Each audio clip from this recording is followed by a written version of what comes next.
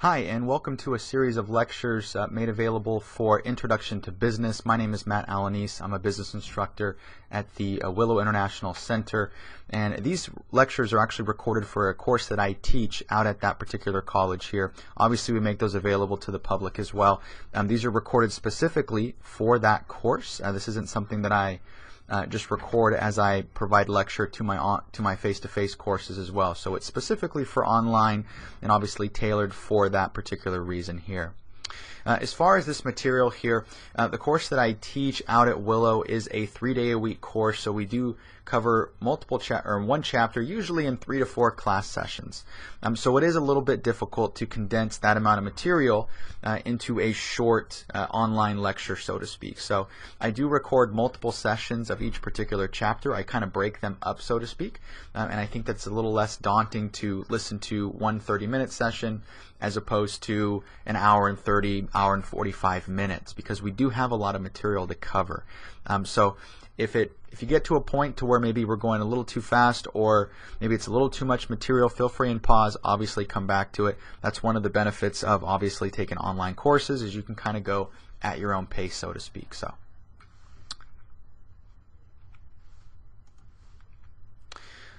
alright, so let's go ahead and get started here. This chapter introduces you to the concept of business, specifically businesses in the U.S.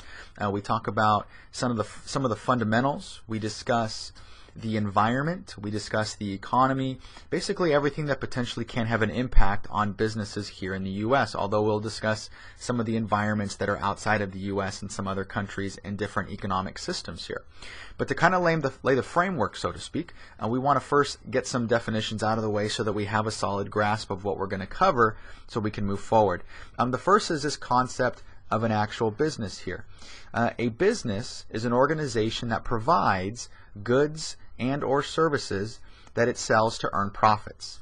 Profits are a key differentiator between obviously a business and maybe a nonprofit organization. A profit is a difference between a revenue and an expense. Okay, a revenue is something that the company would receive for selling goods and services. So the easy way to determine your revenue is to multiply the number of goods you sold or services offered by the number by the price of those particular goods and services per unit, and that will give you an idea of what your revenues are. Okay, revenue is essentially like the income for a person like you and I, for an individual. The money that we receive from our job obviously would basically be our revenue. Now expenses are outgoing. Expenses are things that you pay. For businesses, expenses include everything from labor, obviously paying your people to work, could be overhead, leases, keeping the lights on, rent, those types of things. Could be marketing materials, could be costs to acquire goods, so if you can later resell them. Obviously, if you're a retailer like Target or Walmart, you had to pay someone to acquire those goods so you can put them on your shelf for resale. So that all takes money. So the difference between your revenues and your expenses is essentially your profit. It's what you have left over to do different things with. If you're a public institution, you can pay dividends to actually your shareholders. You can reinvest that back in your company. You can do all sorts of different types of things. But that's the basic fundamentals of businesses and profits. Now, profits are interesting because they provide people with incentives to operate businesses. If there wasn't this incentive of profits, most people would not be interested in starting their own business. Okay, there are many people that are passionate about what they do, but the idea of doing something and not getting paid is a little disconcerting, so to speak. So profits do provide that incentive to encourage people to start small businesses. As you probably know, a majority of the hiring that's done here in the U.S. is as a result of organizations that have less than 500 employees. So hiring from small businesses definitely does matter. So without profits as an incentive, that could come into play and could be negatively impacted by it. The next thing is that profits do provide a reward for their owners. If you're starting a business, or if you've operated one for any period of time, you know that early up front is the most difficult and trying time. You typically aren't earning profits for quite some time. And so profits provide you ultimately with that reward for the time, for the energy, blood, sweat, and tears that you invest in this idea that you have in an attempt to obviously make it big and hopefully come to fruition. So profits serve a number of different benefits, of course. Now, what's interesting about the U.S. environment in particular is that obviously if you're a business owner, you have a choice in terms of what you offer, at what price you offer it at, and where and when that you offer a product or a service. But what business owners also have to be cognizant of, or aware of more likely, is the consumer choice and demand, so to speak. And what I mean by this is we all have choices as consumers. When you go to the store, you have a choice in terms of what you buy. You have a choice between competing brands. You have a choice to buy a particular product altogether. So businesses need to be aware of what consumers want. They need to be in tune with what their customers' interests are so they can design products and services that are ultimately going to be something that people want. Obviously, if you manufacture something that no one has an interest in, you can spend all of the money in the world trying to design the best product, but if there isn't a demand for it, as we've seen from a lot of different consumer products that have been failures, no one is going to buy them, and it's going to negatively impact your business as well. The next thing is opportunity and enterprise. Obviously, with this idea of profits, it provides people with an opportunity and an encouragement to operate new businesses and different things. So with competition the way it is, it encourages businesses to be innovative. It encourages them to design products and services that are going to better equip us or better serve us in an attempt to acquire market share or to acquire more sales. Competition is good. We like competition because it forces companies to be innovative. It forces them to design the best products and services the cheapest way so that people will buy them. So we definitely do like that. Like I said before, we as consumers will benefit from that very significantly. Now, there are also many different benefits of business as well. Obviously, one of the most that I just mentioned is it provides goods and services. Obviously, we need to purchase things such as food, clothing. Obviously, those are considered to be almost necessities. But we also purchase different things. Durable goods. We purchase vehicles, homes, electronics, all those different types of things as well. And businesses provide those to us. And as I said before, this idea of competition does encourage businesses to offer the best products and services they can as a way of differentiating themselves from competition. So that is very crucial. The next component of a benefit for business is they do employ workers. Obviously, many of us work for businesses. So as a result, that provides us with the ability to earn an income, which is great because obviously if we were going to be able to buy things and provide for our families and put food on the table, we have to earn some type of income. And businesses allow us the opportunity to be employed, of course, which is great. Businesses also provide innovation and opportunities. Obviously, this is kind of in line with competition, of course. Most people forget, but an example that I usually give is with regards to Apple computers. Apple computers usually hasn't been the first to develop a particular technology, but they always did it typically the best. And so one of the examples that I usually give is with regards to the Macintosh computer that came out in the early 1980s. Apple, the technology they use in the computer, mainly the mouse that we all know and love, and the graphical user interface, which is commonly referred to as a GUI, which is the desktop that has the icons. Remember, before that time, in order to get anywhere on a computer, you had to type in the actual file path. So you were typing in exactly the address on your computer that you needed to go to access a file. Now all we do is we click on icons and then the computer directs us there itself. So it's very easy to use, but that wasn't common at this point in time. And Apple, Steve Jobs, who was the chairman at the time, and a lot of the different his colleagues and people that he worked with went to a kind of private screenings, if you will, of a Xerox's Palo Alto Research Center, and this was in the early 1980s. And they were demoing different technology that they were working on. And Xerox, as you know, is commonly known for printers, copiers, and those types of things. But they had developed this technology of an archaic form of a mouse.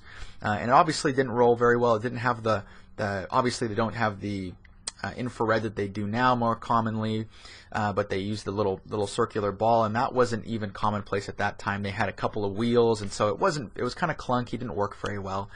But Steve Jobs is sitting in the room and he realizes just what they found, something that can revolutionize the personal computer industry, something that hadn't been done before. Because remember, at this time, it was all about typing in file paths and going everything the long way. And so at this time, he realized what they had a gold mine here, and this was just a great opportunity. And so that some people say that's one of the biggest failures of Xerox, because they failed to recognize that that was truly an opportunity. And as we know, obviously, it's commonplace now for all computers that we use. But I would even argue that even if Xerox wanted to pursue it, they didn't have the technical manpower, they didn't have the resources, they didn't have the expertise to make it happen. That wasn't their skill set, obviously. They were just investing in this as a way of improving technology. And Apple obviously was able to use that, commercialize it, and then give it to the point to where it's almost ingrained in society. But once again, if Apple wasn't concerned necessarily with being innovative and wanting to outdo IBM and Microsoft, which were the big evils at the time, they would not have seen that as an opportunity, and they would not have attempted to commercialize that. So innovation and opportunity is an important benefit of businesses. The next thing is enhanced personal income for owners and stockholders. A lot of large companies are public, meaning that they actually trade stock on an open exchange. So if a company is successful and they're profitable, that will benefit not only the owners, but also stockholders potentially as well. So when Apple has a positive earnings quarter or comes out with a new product, it beats sales in the iPhone 4S or whatever it is, you can most commonly or more frequently you will see an adjustment in the stock price in accordance with that. And that benefits stockholders. That benefits people that own that stock as part of a 401k. It benefits people that have mutual funds that are somewhat invested in the stock of a particular company. So that's another primary benefit of businesses as well. And lastly, support for charities and community leadership.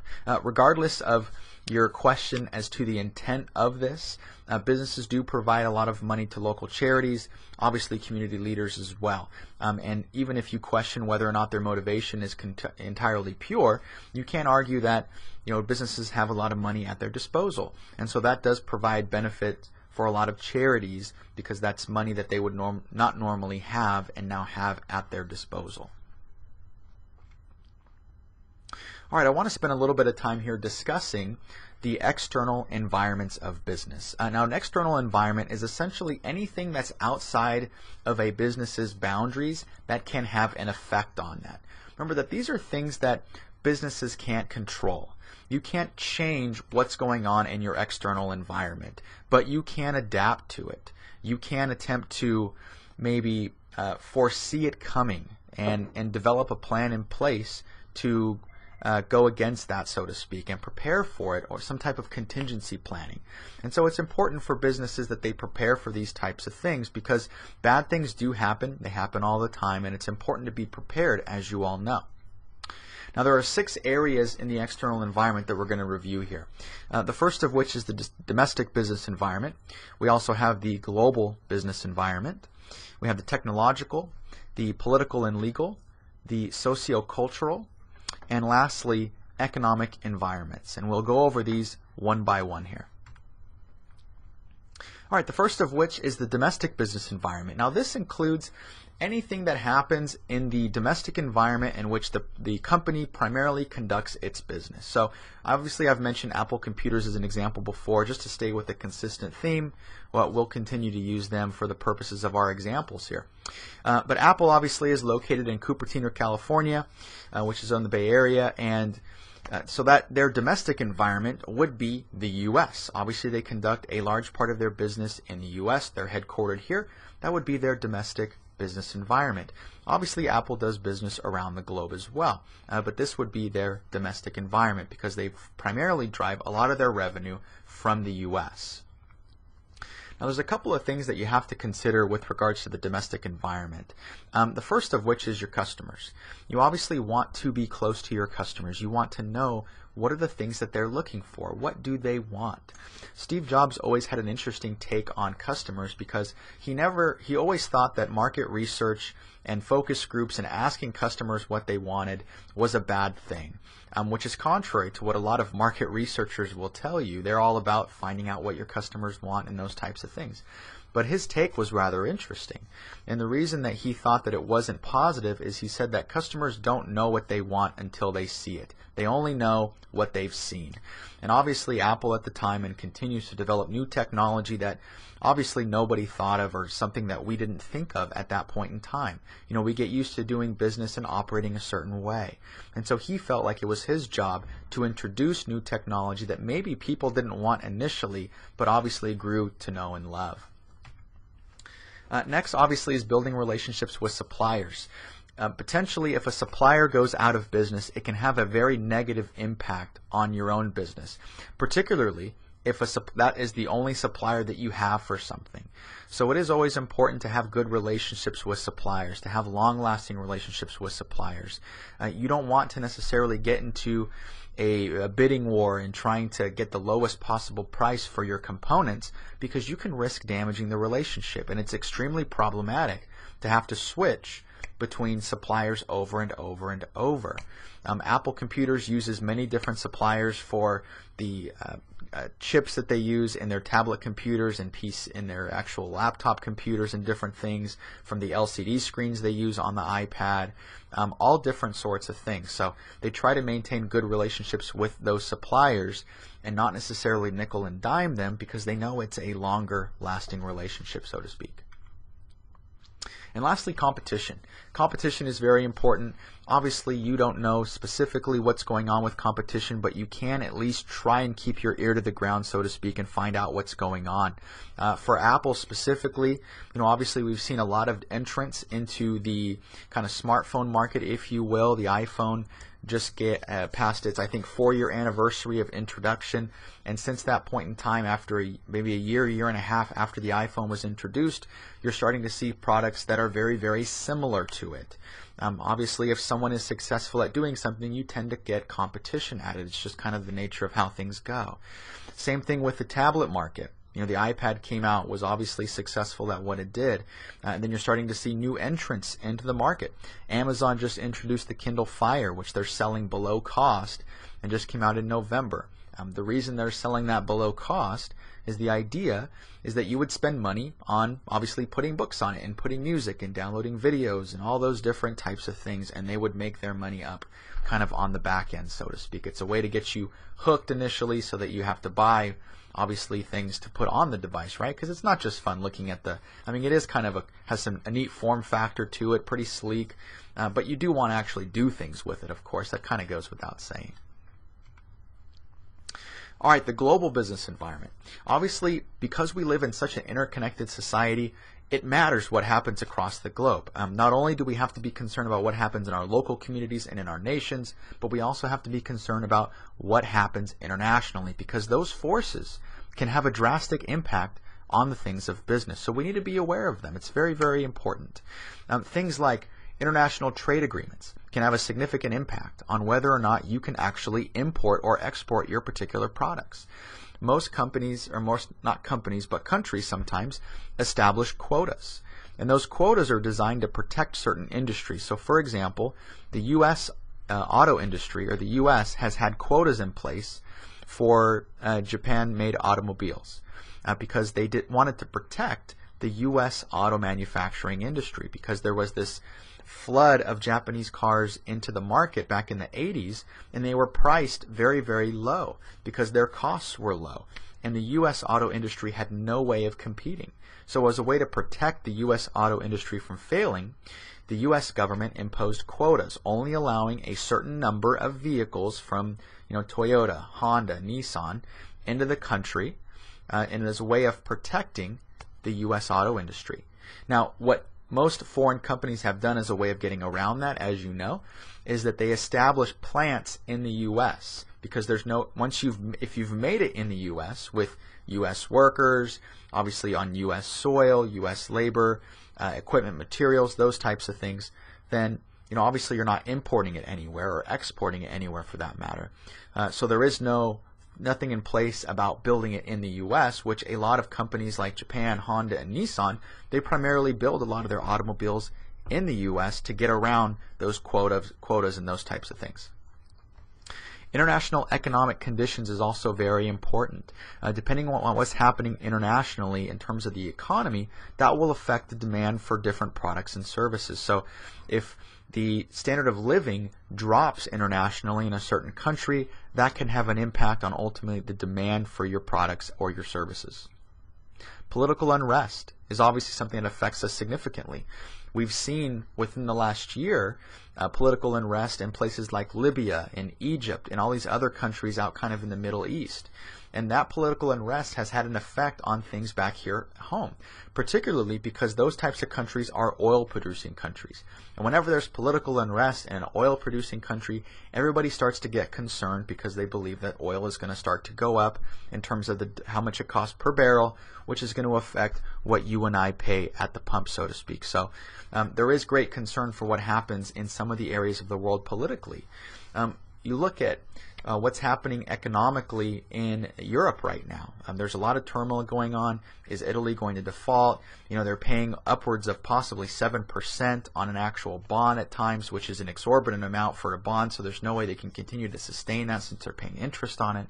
So those are things that are concerning. And if you look at the stock market and the Dow Jones Industrial Average, you'll see that depending on what happens in Europe, it greatly affects the Dow. If we have negative news coming out of Europe, the Dow will likely be negative for the day. So we live in a very interconnected society, and we have to be aware of what's happening. International market opportunities also. You're seeing a lot of companies, mainly Google, for example, is realizing just how big of a market China is for internet search. They have 500 million people or potential internet users in China, and Google is realizing that that's an extremely high number, obviously, and is a great opportunity. So that is an opportunity for them for advertising and mobile advertising and utilizing internet search, and so they're pursuing that. So companies also have to be aware of market opportunities and trends as well. Next, suppliers. Suppliers internationally is very interesting because, as we've seen in 2011, the earthquake in Japan and subsequent tsunami ravaged that part of ravaged the area of Japan and all the areas along the coast, so to speak. And so a lot of suppliers were located there, and so you had companies like Honda, for example. A lot of Honda dealerships couldn't offer and sell vehicles because they couldn't get parts for them.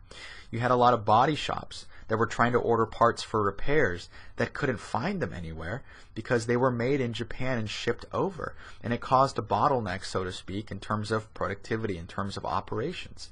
And so what happens internationally with regards to suppliers obviously has an impact what happens back home as well. Cultures is extremely important too. You have to be aware of what happens or what's the culture of a particular area. Obviously things don't operate just as they do here in the U.S.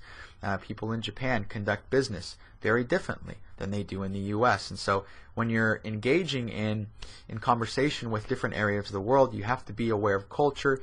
You have to be aware of what your slogan is, for example, translated in a certain culture, because sometimes there's intricacies involved with translating, and what you think it says will not be what it means.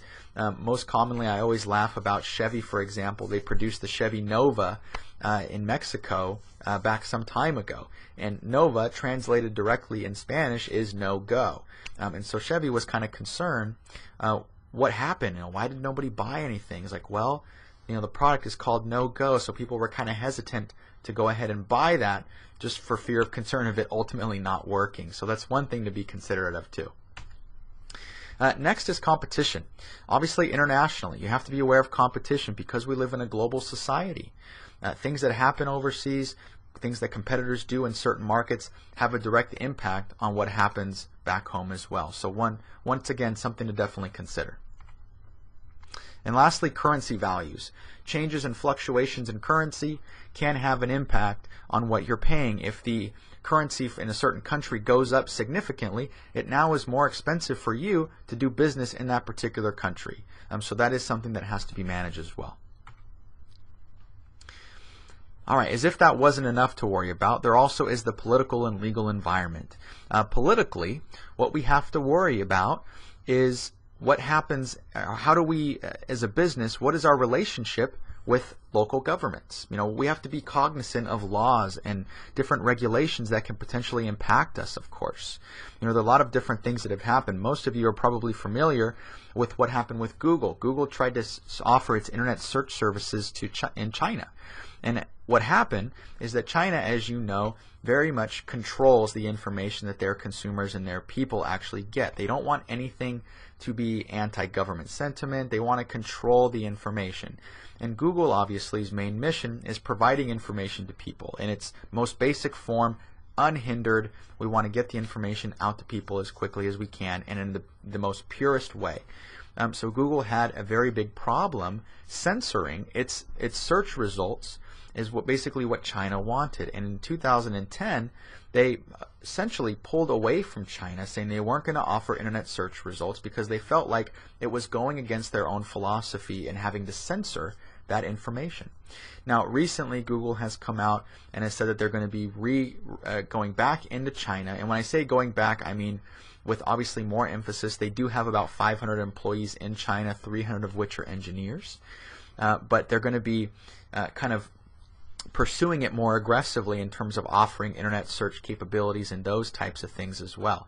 So those are things that are going to happen. Obviously, you have to be aware of what happens within a particular country. These are just a couple things that need to be considered, of course. Oops, I went a little too far. Products. Obviously, advertising practices can vary. In the U.S., we are relatively strict in terms of our advertising. During children's television hours, you can't be advertising certain types of things, alcohol, cigarettes, those things. In Europe and in different areas of the world, that's considered to be okay. So an advertiser in the U.S. would have to be aware, if they're going to advertise in Europe, that those things do matter, and you have to change those types of things if you're going to be allowed to operate internationally. Next, the technological environment. Technology is extremely important. Obviously, a firm can use technology to create value for their consumers, or they can not use technology to create value for your consumers. And we've all seen a number of different things in the past with regards to companies and how ineffectively they've actually used technology before. I always give a couple of examples with regards to companies that really have failed to adapt to changes in technology. And the companies that I usually provide are Borders, for example, and Blockbuster. Borders, as you all know, was very heavily invested in selling, physical books. And at that point in time, the mentality was that nobody wanted to buy a digital book. Why would you want to do that? Or don't you want to hold it physically, smell the book, feel it in your hands, turn the pages one by one? It's all about the experience. There's no reason that anyone would want a digital book. It just feels very impersonal because really that's the way we've always done it. On a side note, if anyone tells you that's the way we've always done it, that is not a very good reason. That typically means they don't know why they're doing that. They just do that because that's really what they're used to. So just kind of a side note there. But as you all know, we've kind of been able to see what's happened after the fact, so to speak, is that there has been this rush towards digital technology, particularly digital book downloads. And Amazon was one of the first to adopt that technology and really pioneer it and make it, commercialize it, and market it towards the masses. And although Borders made an attempt to get into that particular market, it was far too late. Damage had already been done. Amazon had too much market share at that point to really compete with effectively. Even Barnes & Noble is having some difficulties because they're finding that although the Nook has been successful and they've sold fairly well, that it takes a lot of resources to build that type of business. And they don't have the resources necessarily to offer that, so to speak. So that's one thing that they have to consider. Blockbuster. Obviously, we all know Blockbuster, familiar with them. Went through Chapter 11, was recently purchased by Dish Network. And they offered, movies in store, $4 or $5 or so for renting, late fees, those types of things. Netflix comes along and offers a completely different model. You can order movies, have a queue online, DVDs get sent to you. Then they came out with this streaming online business where you didn't even have to order movies to get them. You can actually just stream them directly through an Xbox or different set-top box device. And so those types of things were failed to adapt to. Obviously Blockbuster got into the mail order business, but it was too late and they didn't have the resources set up. And so companies need to be cognizant of what's happening with technology, because even if you think that it won't impact you, it probably will. So not necessarily something that you can predict per se, but you can see trends, see things starting to form. eBay is an example of a company that no one saw coming, because why would you want to buy something without even seeing it? At that point in time, people like shopping in stores. You would go, hold the product, test it out, make sure it worked. There's this type of connection between the person and the product, which I know sounds ridiculous, but at that point in time, that was the way business was done. That was the way that people bought things. So why would you buy things online? eBay, as we know, now has been very successful and has really pioneered buying things online. We've seen Craigslist. We've seen every company has an internet site. Online purchasing is very successful, of course. And so those are things that, obviously have come as a result of technology. So once again, it's important for firms to be able to create value for constituents, and they have to be aware of the different types of technology available to them if they are going to be able to do that. Next, the sociocultural environment. The sociocultural environment encompasses values, customs, and demographic characteristics of society. These are things that actually happen, and you need to understand them because they provide you with opportunities. And we've all seen different things that have happened within late. Most recently, according to the 2010 census, the Hispanic population is now the majority in the Central Valley. And that provides a lot of opportunity for businesses now. And you're seeing a lot more marketing and advertising towards the Hispanic, that Hispanic demographic, because of the fact that it is the most populated demographic. And obviously it's an untapped resource. It's an untapped market, so to speak. So you're seeing a lot of competition for advertising space on Spanish programming. You're seeing a lot more advertising in Spanish and those different types of things as a result of that new opportunity. Next, the economic environment. Obviously what happens in an economy does have a direct impact on the actual business. Most notably things like the unemployment rate, and consumer confidence, and different things like that. In a strong economy, you typically have people that have jobs. Unemployment is fairly low, and in 2007 or so, unemployment was roughly 5.5%, which is relatively good, especially in today's terms, where we're at 8.5% as of last month, or as of December of 2011. So that's extremely important. In a strong economy, people have jobs. It's difficult to attract top talent because they already have jobs. You have to offer more money, more benefits. In a weaker economy, which like the one that we're in now, where you have millions of people without work, there are fewer people, or there are more people looking for jobs. So companies can be more selective. They can pay less, offer fewer benefits, because they know that you may not have as many options or many opportunities to accept jobs, and people will typically now take that first offer as opposed to kind of waiting a little bit, sitting on it, testing the water, so to speak, and seeing what other opportunities they have at their disposal. Consumer confidence is extremely important, because if consumers are not confident that their conditions are going to improve within the next few months or next year, then they're more likely to save money. And remember, if you don't know if you're going to be able to pay rent or pay to keep the lights on, the last thing you're going to be doing is going out and buying flat screen TVs or purchasing cars. At least I hope that you wouldn't be. So we don't like that necessarily as an economy, because when people save, that's less money getting pumped into the economy, less sales tax revenue being forwarded over to governments, less need for businesses to have jobs, right? So obviously everything kind of goes round and round based on how much people actually spend, and so we do like those things. So obviously businesses are very in tune with what's happening in the economy. They know if consumer confidence is low, the demand for their products, particularly those products that are considered to be maybe luxuries and non-necessities, jewelry, vacations, those types of things, maybe be in short supply, which would in turn make them put them in a position to where they may have to go ahead and lay off workers, so to speak. So obviously things that need to be considered, and all those different types of things. So for this lecture, I'm going to go ahead and stop there. We got roughly about 30-35 minutes or so, and then we're going to pick up next going over some of the different economic systems. Thank you very much. something and not getting paid is a little disconcerting, so to speak. So profits do provide that incentive to encourage people to start small businesses. As you probably know, a majority of the hiring that's done here in the U.S. is as a result of organizations that have less than 500 employees. So hiring from small businesses definitely does matter. So without profits as an incentive, that could come into play and could be negatively impacted by it. The next thing is that profits do provide a reward for their owners.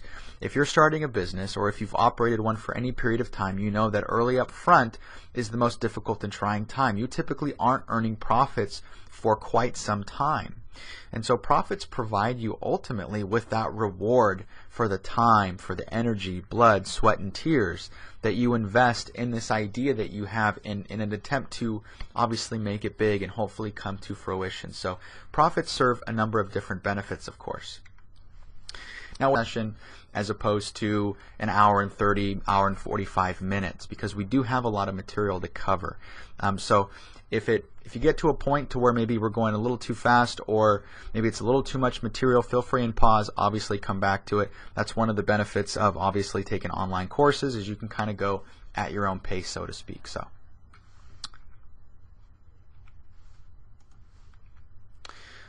all right, so let's go ahead and get started here. This chapter introduces you to the concept of business, specifically businesses in the U.S. We talk about some of the fundamentals. We discuss the environment. We discuss the economy. Basically everything that potentially can have an impact on businesses here in the U.S., although we'll discuss some of the environments that are outside of the U.S. and some other countries and different economic systems here. But to kind of lay the framework, so to speak, we want to first get some definitions out of the way so that we have a solid grasp of what we're going to cover so we can move. Hi, and welcome to a series of lectures made available for Introduction to Business. My name is Matt Alanis. I'm a business instructor at the Willow International Center, and these lectures are actually recorded for a course that I teach out at that particular college here. Obviously, we make those available to the public as well. These are recorded specifically for that course. This isn't something that I just record as I provide lecture to my face-to-face courses as well. So it's specifically for online and obviously tailored for that particular reason here. As far as this material here, the course that I teach out at Willow is a 3-day-a-week course, so we do cover one chapter, usually in 3 to 4 class sessions. So it is a little bit difficult to condense that amount of material into a short online lecture, so to speak. So I do record multiple sessions of each particular chapter. I kind of break them up, so to speak, and I think that's a little less daunting to listen to 30 minutes forward. The first is this concept of an actual business here. A business is an organization that provides goods and or services that it sells to earn profits. Profits are a key differentiator between obviously a business and maybe a nonprofit organization. A profit is a difference between a revenue and an expense.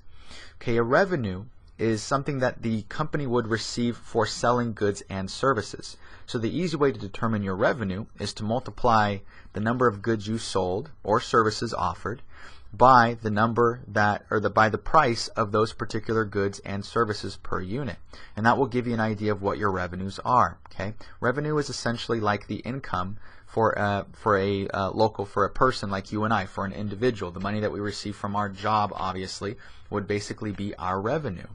Now, expenses are outgoing. Expenses are things that you pay. For businesses, expenses include everything from labor, obviously paying your people to work, could be overhead, leases, keeping the lights on, rent, those types of things. Could be marketing materials, could be costs to acquire goods, so if you can later resell them. Obviously, if you're a retailer like Target or Walmart, you had to pay someone to acquire those goods so you can put them on your shelf for resale. So that all takes money. So the difference between your revenues and your expenses is essentially your profit. It's what you have left over to do different things with. If you're a public institution, you can pay dividends to actually your shareholders. You can reinvest that back in your company. You can do all sorts of different types of things. But that's the basic fundamentals of businesses and profits. Now, profits are interesting because they provide people with incentives to operate businesses. If there wasn't this incentive of profits, most people would not be interested in starting their own business. Okay, there are many people that are passionate about what they do, but the idea of doing